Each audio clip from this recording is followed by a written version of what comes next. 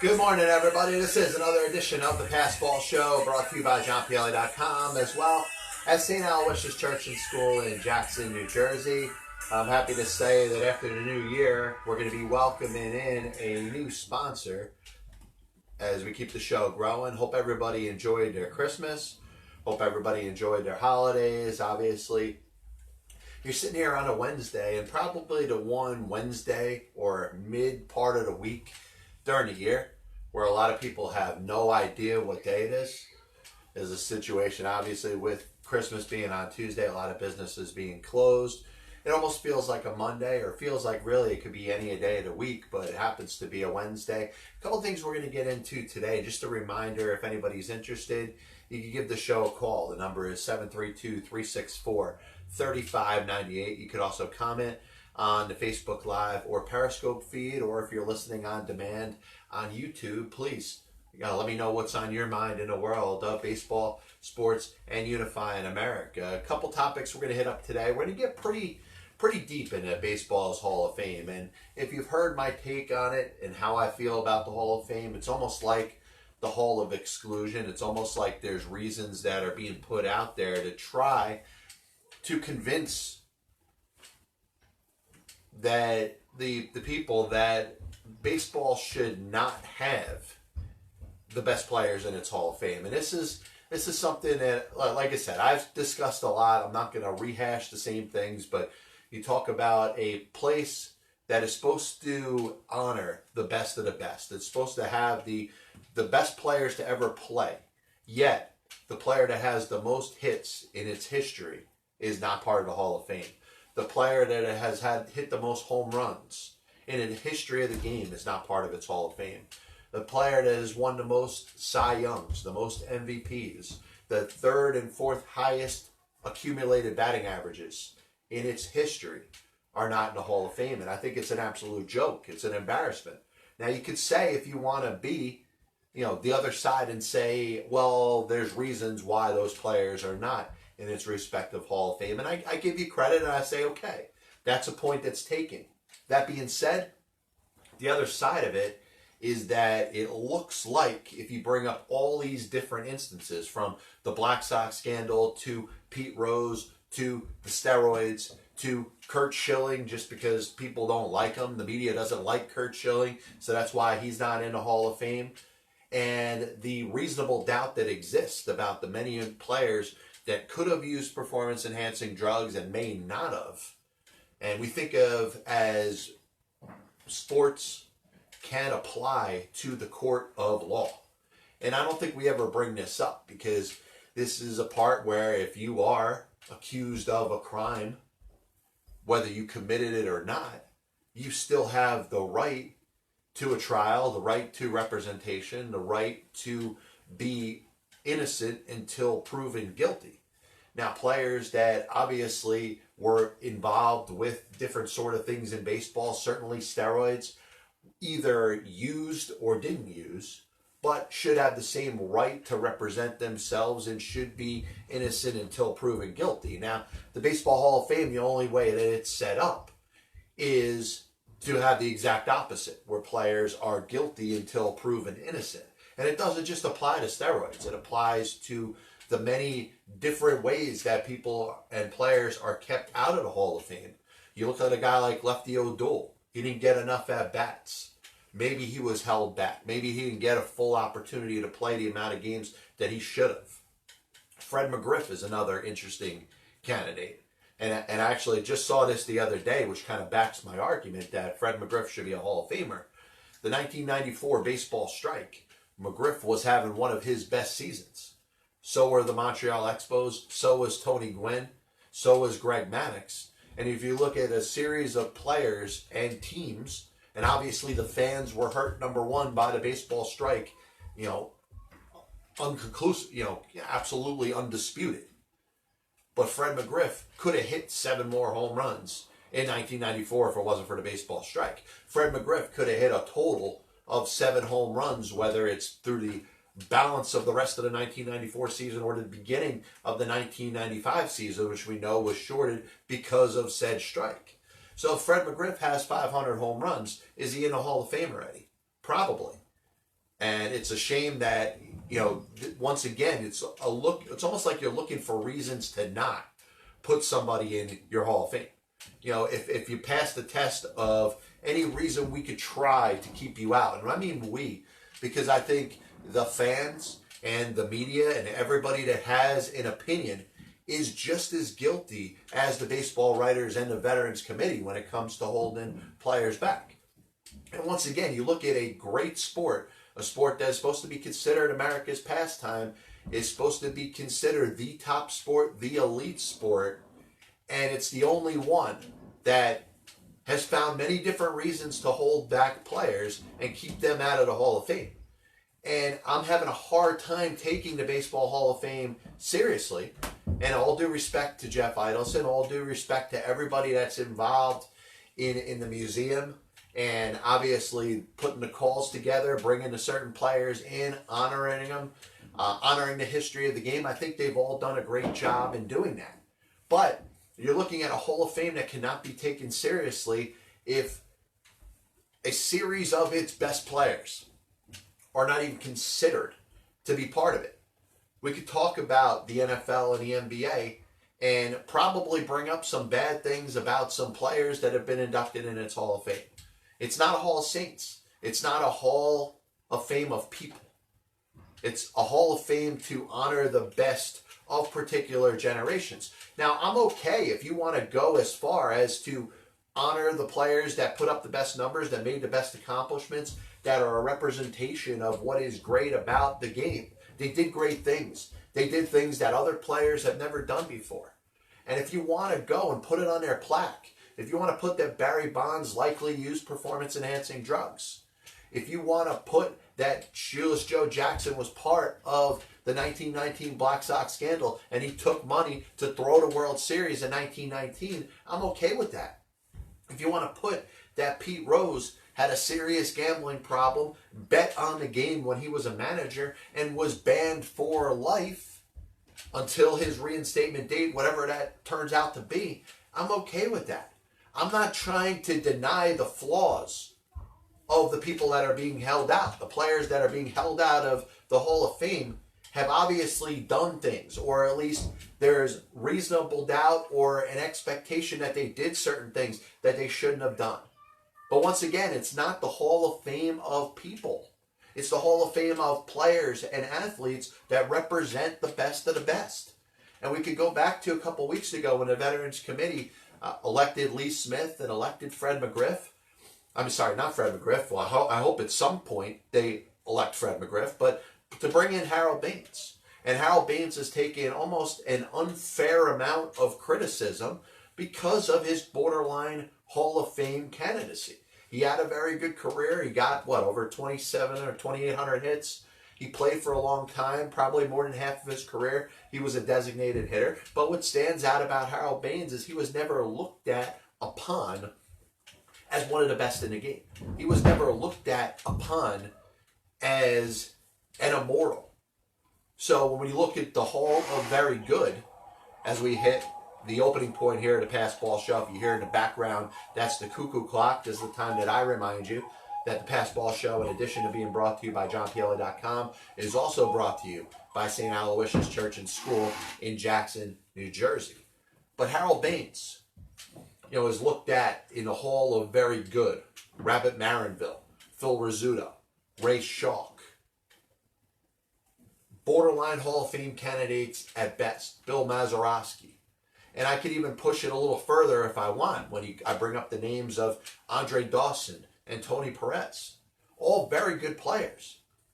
But if you wanted to hold the Hall of Fame to a strict standard where only the immortals are part of the Hall of Fame, only Lou Gehrig and Old Hoss Radbourn and Babe Ruth and Ty Cobb and Ted Williams and Christy Mathewson, the best of the best, the top 1 or 2%, then I think you'd have a case that a lot of these players are borderline candidates at best. Now, the Hall of Fame in certain areas has opened it up to maybe the top 5%. And I don't think other Hall of Fames, you could look at the NFL and you could say the fact that they got to put 6, 7 people and players in every single year would make that a little more watered down and I get it. So maybe the NFL is probably the top 5% of its players are in the Hall of Fame or are going to be enshrined in its Hall of Fame. Now you want to say baseball should go to the top 3%, but this is where you run into the wall. This is where you almost want to run into a wall. This is when you almost want to take a bat and hit yourself over the head with it.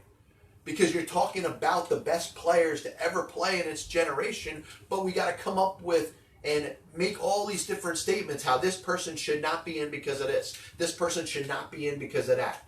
You know, gambling. How many pro football players have bet on football? I bet you a lot. How many pro football players are heading to its Hall of Fame or on the path to get in the Hall of Fame that play fantasy football, that do legalized sports betting? Is there a chance they could have ever bet on their own team? Is there a chance, God forbid, and I hate to say this because this is so sacrilegious when you talk about the sport of pro football, could a player possibly bet against his own team? Because I do it as a fan. I bet against my favorite team if I know that it's got a better opportunity to bring me money, if I think the spread is too high. So is there going to ever be any investigation on this? Or is there going to be any reason to track certain players' history and betting interest? Like I said, as small as fantasy football. What percentage, and I don't know this for an answer, maybe somebody that's listening could give me an answer, what percentage of pro football players play fantasy football? Because this is, we're gravitating towards the possibility. Because think about it, if a pro baseball player, Major League Baseball player, is playing fantasy baseball, which you know probably happens, is there a chance that they could put a bet on a team? If they do, could there be a reason that they may want to put a bet on their own team to win? And whether they're trying to hide it or not, could that happen? I think those are things that have to be considered. And this is going back to talking about P. Rose and talking about the unfortunate things that were happening, not just in 1919, but in the 19-teens. Because I believe the 1914 World Series between the Boston Braves and the Philadelphia Athletics was not on a level. It wasn't. I believe that the gamblers were involved in that, and there were players and people that contributed to that World Series for the Philadelphia Athletics that took money that just cannot be proven at this point. The 1919 Black Sox was not the first World Series to be thrown.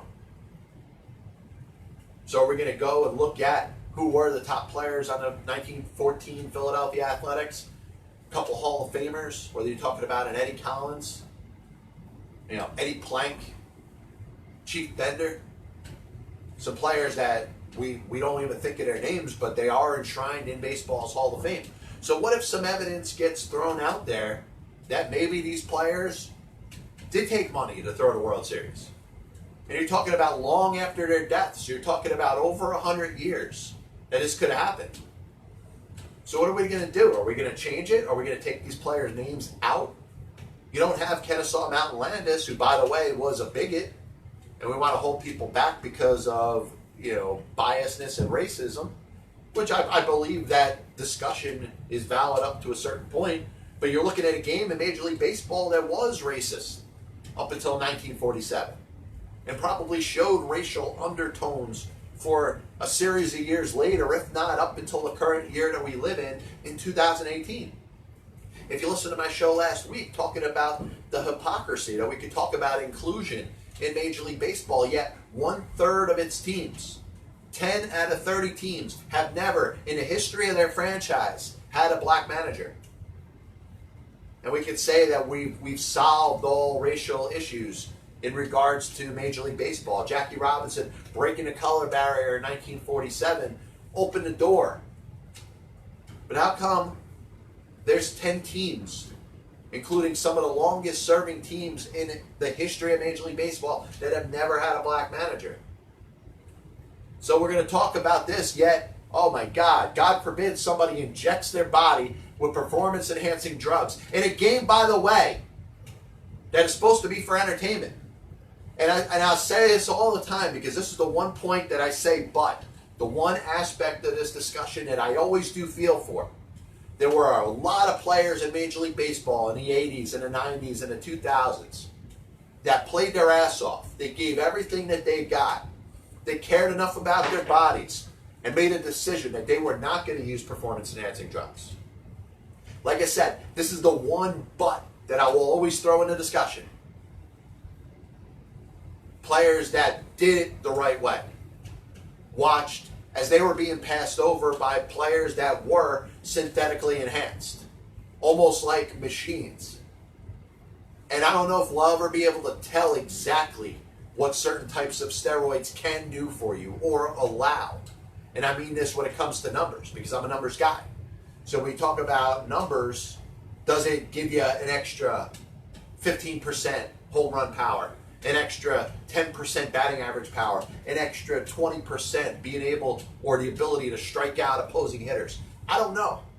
And maybe through the research, while we're taking all these numbers guys out of Harvard and Yale and putting them into Major League Baseball front offices, maybe we can use that type of research to figure out what your average performance-enhancing drug does or can enhance you by the numbers. But I feel for every pro baseball player that did it the right way, and every pro baseball player that never made it to the major leagues, everyone that ended up getting up to a certain level in the minors and watched as they were being passed over by guys that were injecting themselves in the locker room, injecting themselves in the on-deck circle, doing it right smack in front of anybody, and had no shame doing it. So those players that may have had an advantage from a talent perspective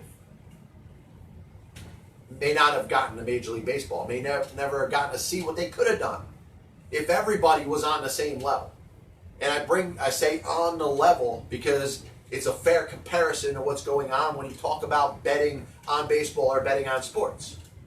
If you're throwing a game or if you have an influence in a result of a game in a negative way, you're not doing it on the level.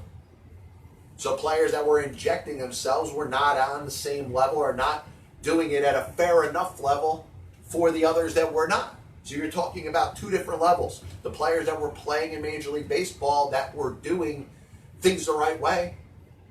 But then, of course, you got those very, very murky situations when you're thinking about, all right, well, you want to take a product from GNC. You want to take something that's going to give you a little more energy. I talk all the time about the bee pollen that I take. Gives me a little more of a boost, gives me a little more energy, allows me to feel a little more alive. Now, would that pass? Would I fail a drug test in regards to Major League Baseball? Maybe. But what's the line? And you could say any player that's suspended. And remember, think about it. It's in the CBA. It's negotiated between the players and the owners now. What do we hear every time a player gets suspended? A player is suspended for a failure of the drug treatment and prevention program that Major League Baseball has. And you hear about it all the time, but it's not, in some cases it's specific. In other cases it's not as specific. In fact, some drugs that are thrown out there, the majority of the people don't know anything about.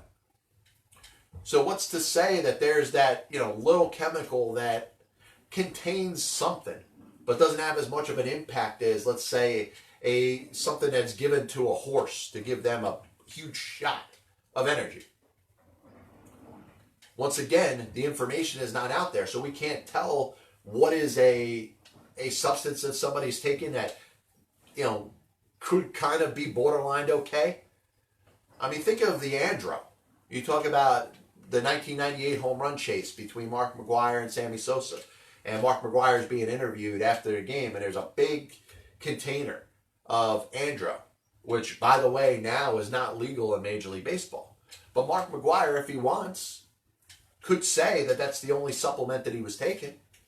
And he could say that, yes, he may or may not believe it's a performance-enhancing drug, but he was taking it while it was legal, while it could be taken off the shelf and bought at GNC. Mike Piazza's in the Hall of Fame. And I love Mike Piazza. He's one of my favorite ball players of all time. But Mike, as he ended up writing his book, his tell-all, admits to using Andro while it was legal. So if Mark McGwire was using Andro, and perhaps maybe that was the only thing he was using, maybe it wasn't, I don't know. I mean, he admitted to using steroids, but is his admission of using steroids that he used Andro, then you're talking about a player, Mike Piazza, that was doing the same thing that is part of the Hall of Fame. Yet, we still want to be picky and choosy in regards to what players we're going to say are okay. There's reasonable doubt that Ivan Rodriguez, Pudge, the great all-time catcher, probably used performance-enhancing drugs. He was a first-ballot Hall of Famer.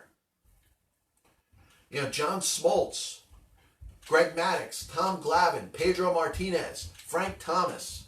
These are all players that played during the steroids era. And they're certainly, what they have in common is that they're all likable. You look at them, you get a good interview from them if you're part of the press. They're going to give you the comments that you want. They had great careers. There was nothing that ever drew them towards negativity, or very limited scenarios and examples that you can make about negativity when it comes down to these guys and their playing careers. But they played during the steroids era. They had the opportunity, if they wanted to use performance-enhancing drugs. And you know what? Because they're nice guys, certainly could have done it and gotten away with it.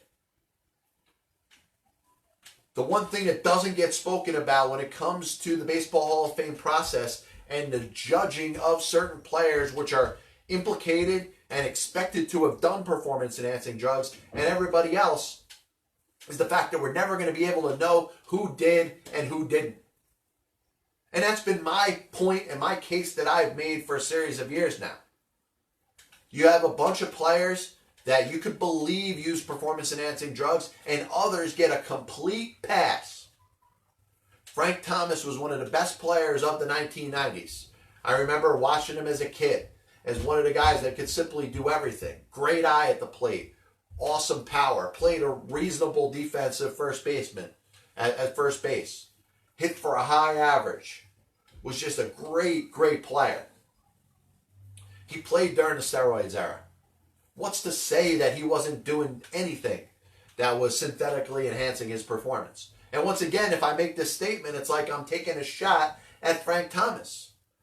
But when we're talking about the same reason that we are accusing certain players of, and I remember, I think it was Ken Gumick out in Los Angeles, decided that he was going to vote for Jack Morris that one year and not vote for any other player that played in a quote-unquote steroids era.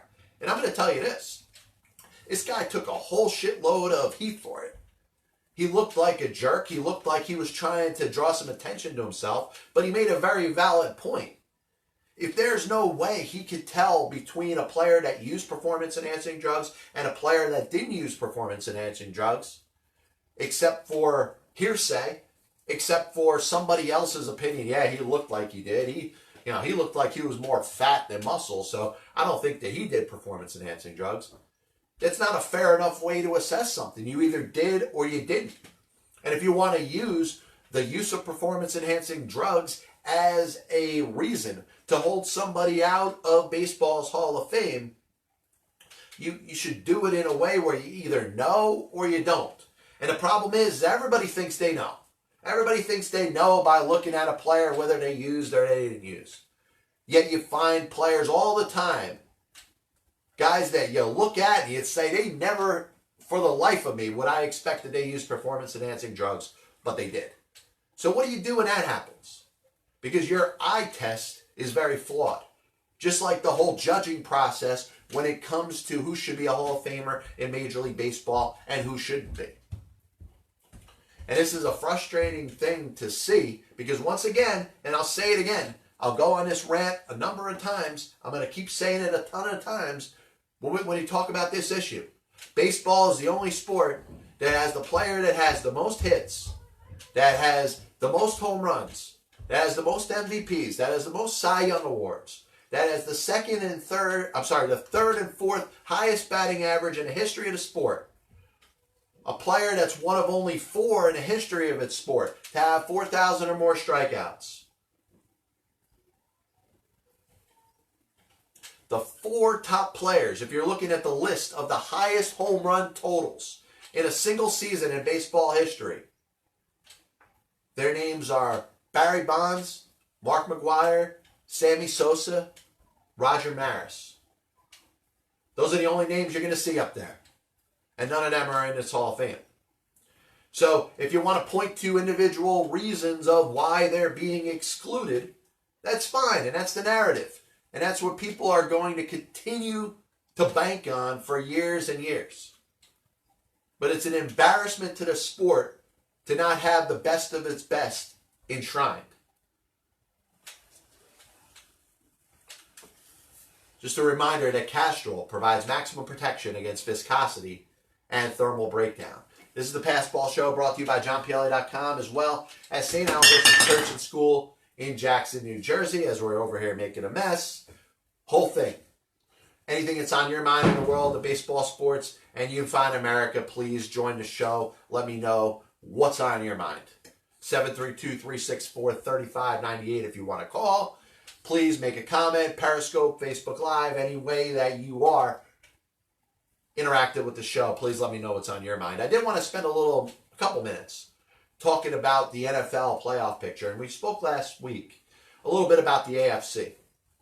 And I'll start out by just talking about some interesting scenarios. And what I love about talking about the possibilities is that you have a division in the AFC South where 3 teams could actually win the division.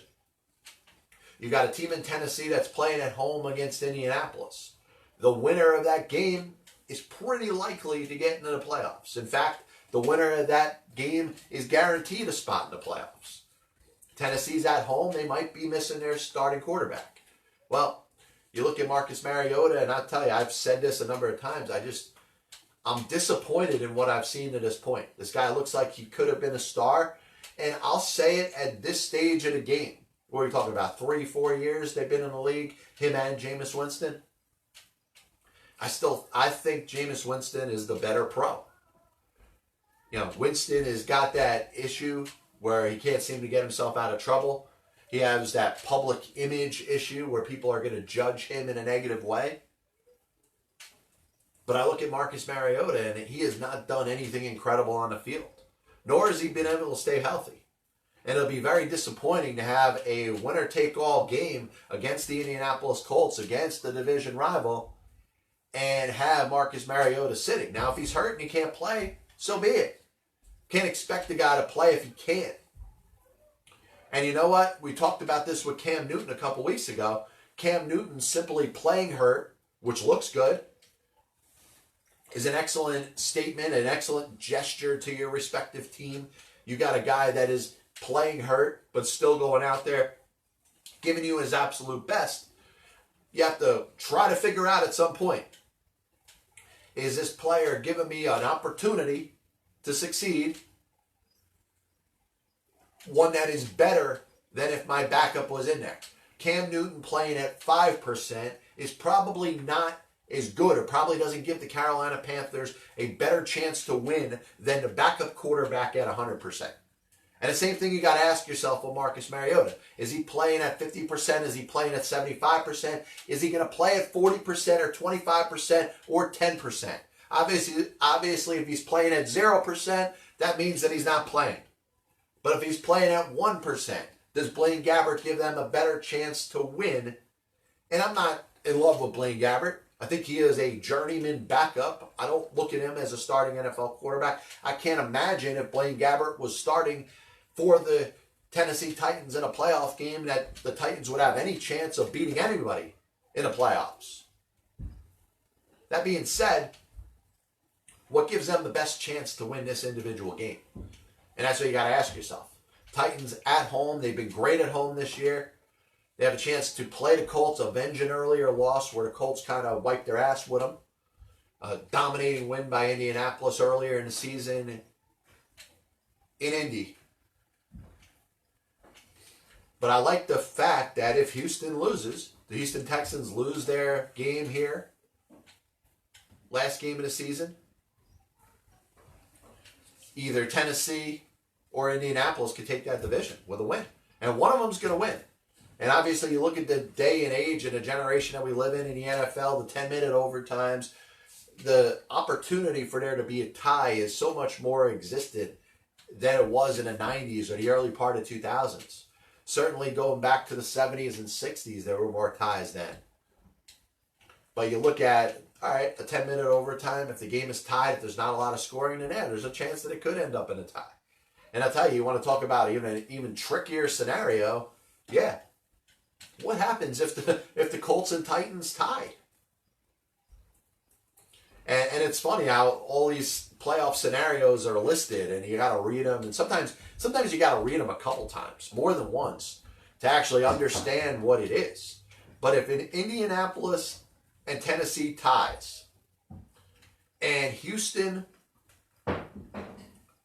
loses, you're talking about whether New England wins, whether Baltimore wins, whether Pittsburgh wins. So the AFC is really interesting if you really break down all these scenarios. I mean, you talk about Baltimore and their possibility to win a division. They could get a first-round bye. New England could get a first-round bye. Houston could get a first-round bye. The Los Angeles Chargers, who are sitting there at the 5th seed right now in a top wildcard spot, have a chance to have the home field advantage throughout the playoffs. So even though you're only talking about a series of teams, Pittsburgh with a chance only to win the AFC North division. If they win and Baltimore loses, Pittsburgh's in. Baltimore, yes, they could get in the playoffs if, let's say, the Titans and the Colts tie. I find it fascinating. I really do. And you look at the NFC situation or the scenario, and you're really looking at two teams, right, that really have a good chance of missing the playoffs. 5 of the 6 teams have already clinched, with Seattle winning the other day, beating Kansas City. And by the way, that was a great win by the Seahawks at home against Kansas City. You're starting to get the impression that Seattle, if they make the postseason, which they have clinched a spot, but they're not going to be a difficult out. If they're going to be playing the Dallas Cowboys, and listen, I think if you get the best when it comes to the Dallas Cowboys, the Cowboys playing the best football that they possibly can, which they've shown a number of times this year, then the Seahawks may have some trouble. But if Seattle beat Dallas, would that shock you? If Seattle ended up with a game against, whether it's the Rams or the Bears, and think about it, Seattle against the Chicago Bears, that would be a pretty good matchup in a divisional round. Let's say Chicago's able to secure home field. Well, the Rams will maybe playing Week 17 without Todd Gurley. I think that's going to impact them. They got something to play for, a win, and they get the first round bye, a loss and a Chicago win, and they got to play on Wild Card Weekend. They would certainly prefer the win to give Gurley that extra week rest. But imagine a scenario in a division round when you're talking about Seattle going to Chicago. Would it shock you if Seattle won that game? And then you're talking about the Seattle Seahawks, a team that has been very much dismissed by National Football League fans and people that follow the league over the last couple of years, thinking their time's done. The Legion of Boom defense is no longer in existence. Russell Wilson's being asked to do too much stuff by himself. He doesn't have the weapons. And look at where the Seahawks are. I wouldn't be shocked if they made a run this year. In regards to that last wild card spot, you got Philadelphia, you got Minnesota. The Vikings can clinch a spot with a win. And who would have thought? Think about it. Minnesota and Philadelphia played in the NFC Championship game last year, with the winner of that game going to the Super Bowl in Minnesota. One of those teams won't make the playoffs this year. It's just a fact. Philadelphia, after a rough start, may be able to slip their way back in. And I was talking about Nick Foles, and a lot of other people have talked about his impact on that Philadelphia Eagles offense. May it be time that the Eagles consider going to Foles full-time as their starter and maybe moving on from Carson Wentz. And it's not that Carson Wentz has played poorly, but man, the Eagles look like a different team with Nick Foles at the helm. If Foles leads them to a victory in a playoff spot and maybe a win or two in the playoffs, it's obviously something that's discussed nightly on the Philadelphia sports beat. When it comes to the Philadelphia talk shows and Philadelphia fans calling in, to the stations, it's something that is a hot topic. It's something that's brought up a lot. Are the Eagles better off with Nick Foles as their quarterback? And Foles may have another chance to prove himself. If Carson Wentz is out for the year, which he may be, he may not be, but even if he isn't, if Foles leads them to the playoffs with a Week 17 victory and a Minnesota loss, you're talking about a wild card game where perhaps they're playing, I don't know, they're playing either the Rams, either the Bears, and somehow Carson Wentz is healthy enough and available to play. There's going to be a push for Nick Foles to start that game. And certainly there's not going to be any patience if Wentz throws a pick in, the first series of the game. Who gives you the best chance to win? And that's one of the most important things in sports that you have to talk about. And I think it can apply to radio, it can apply to most jobs. But who gives you the best opportunity to get the best results? And think about it. In a fair league, in a National Football League, both Carson Wentz and Nick Foles would be starters. And I still believe, and trust me, I take a lot of heat every time I say this, Colin Kaepernick, like him or hate him, should be in this league. The quality of quarterback that exists in the National Football League is not very good. And I don't care what you want to say about Colin Kaepernick, and I know he's been removed from the game for a couple of years. Maybe he'd have to go on a field and prove that he's still in good shape and can still potentially lead an offense. But you're looking at some of the names and some of the players that are getting opportunities and getting signed by NFL teams. And you understand why Colin Kaepernick is being blackballed and he's being held back, whether you believe that it's a worthy reason or not. This is a guy that probably should be one of the top 32 quarterbacks. One of the 32 starters. Pretty similar to Carson Wentz and Nick Foles. Nick Mullins with San Francisco has done a very good job replacing Jimmy Garoppolo. He deserves to be a starter next year. Garoppolo will be for the 49ers. Mullins, is he going to be their backup or should he be quarterbacking somebody else? It's always an interesting discussion. This copyright and broadcast is authorized under internet rights granted by the World Wide Web and is solely for the entertainment of our audience. Any publication, reproduction, or other use of the pictures, descriptions, and accounts of this show without the express written consent of the Passball Show, JohnPielli.com, and John Pielli, LLC, is prohibited. Any commercial or other use of the program, such as by charging admission for its showing, is similarly prohibited. So the last thing I wanted to talk about, I found this a little bit interesting the other day. We're talking about holiday games. And Christmas, which obviously was yesterday, seems to be the holiday of the NBA. They had 5 games on the tab, including a Lakers game where they ended up beating the Golden State Warriors in a game that LeBron James ended up getting hurt. Houston winning a close game against Oklahoma City. There was some good action. If you wanted to make Christmas about watching the NBA, you were probably entertained enough as a basketball fan. But I was thinking about this because New Year's Day has become a tradition. Every year the NHL has the outdoor game played, the Winter Classic. And I'll tell you, you get more people in those stadiums than you do in your traditional hockey stadium. And it's a lot more interesting to watch. Watch a hockey game played outside. And then you think of potentially, NFL on Thanksgiving. Two things kind of go hand in hand. You think of a turkey leg and you think of football played on Thanksgiving.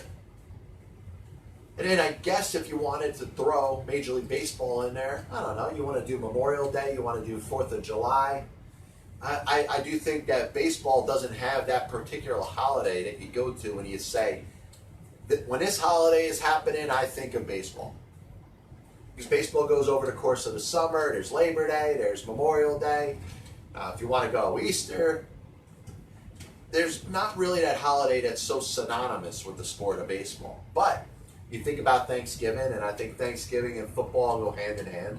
I think the National Basketball Association has worked very hard to try to provide some of its best matchups to be played on Christmas Day because they want to have that holiday be synonymous with its respective sport.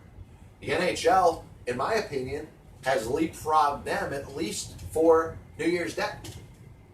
The Winter Classic played in the National Hockey League on New Year's Day, I believe, is drawing more attention than the NBA is on Christmas. Maybe not as much attention as the NFL does on Thanksgiving, but certainly more than basketball. And let's be serious, baseball, as much as I love it, as much as I support the sport, as much as I'll do any way to use some sort of idiosyncrasy to make baseball almost more prominent than it is, baseball is not tied in with any holiday. And maybe that's something they should work on. Little recap of the show today, Baseball Hall of Fame. And I'll tell you, I could bring this topic up every day and get just as fueled up and fired up over it. Because it's a game I love.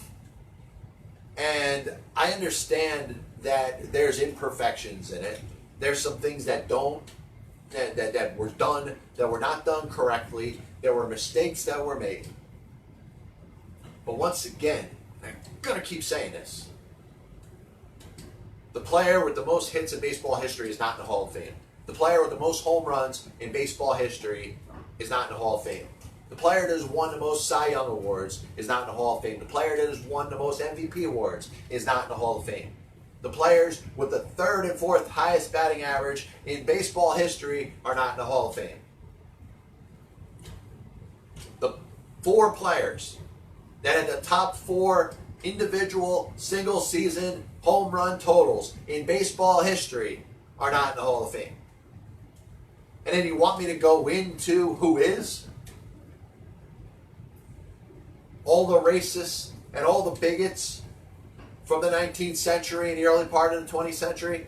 Kenesaw Mountain Landis, who is the commissioner that is given credit for saving baseball when he excluded and withheld the best African American players at that time and forbid them to have an opportunity to play the same game as white players. Bud Selig,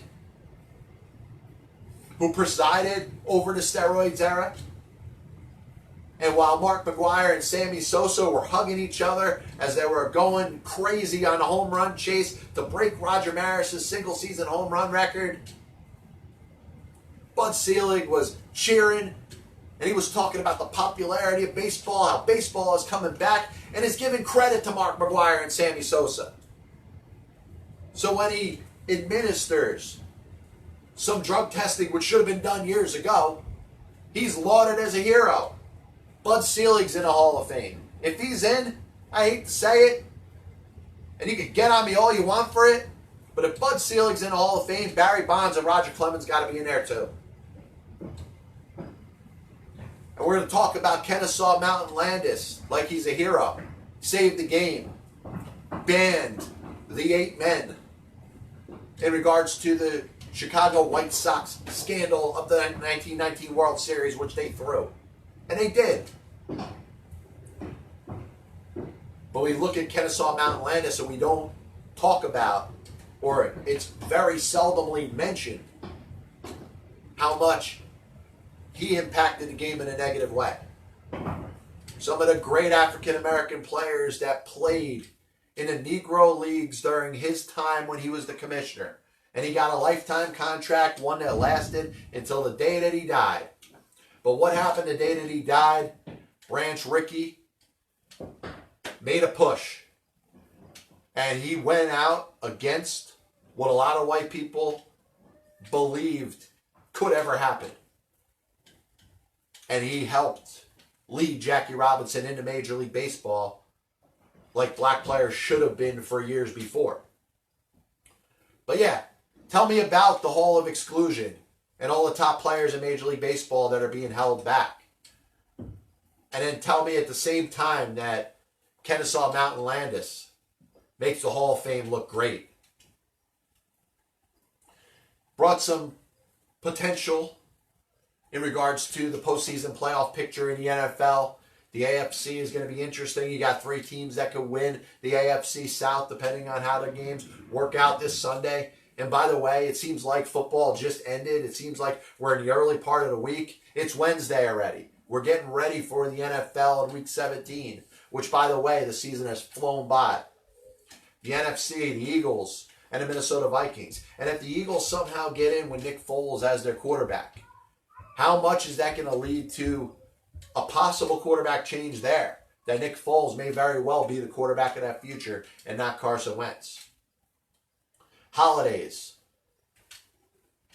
Thanksgiving is about football. New Year's Day is about hockey. Christmas is about the NBA. Does Major League Baseball have a holiday? We'll be back with you later on in the week. Once again, a reminder, this is the Pass Ball Show, brought to you by JohnPielli.com. Thank you for tuning in. Show will be up on iTunes, Google Play, and YouTube. So hope everybody enjoys the rest of their day. God bless you. And as always, I'll see you on the other side.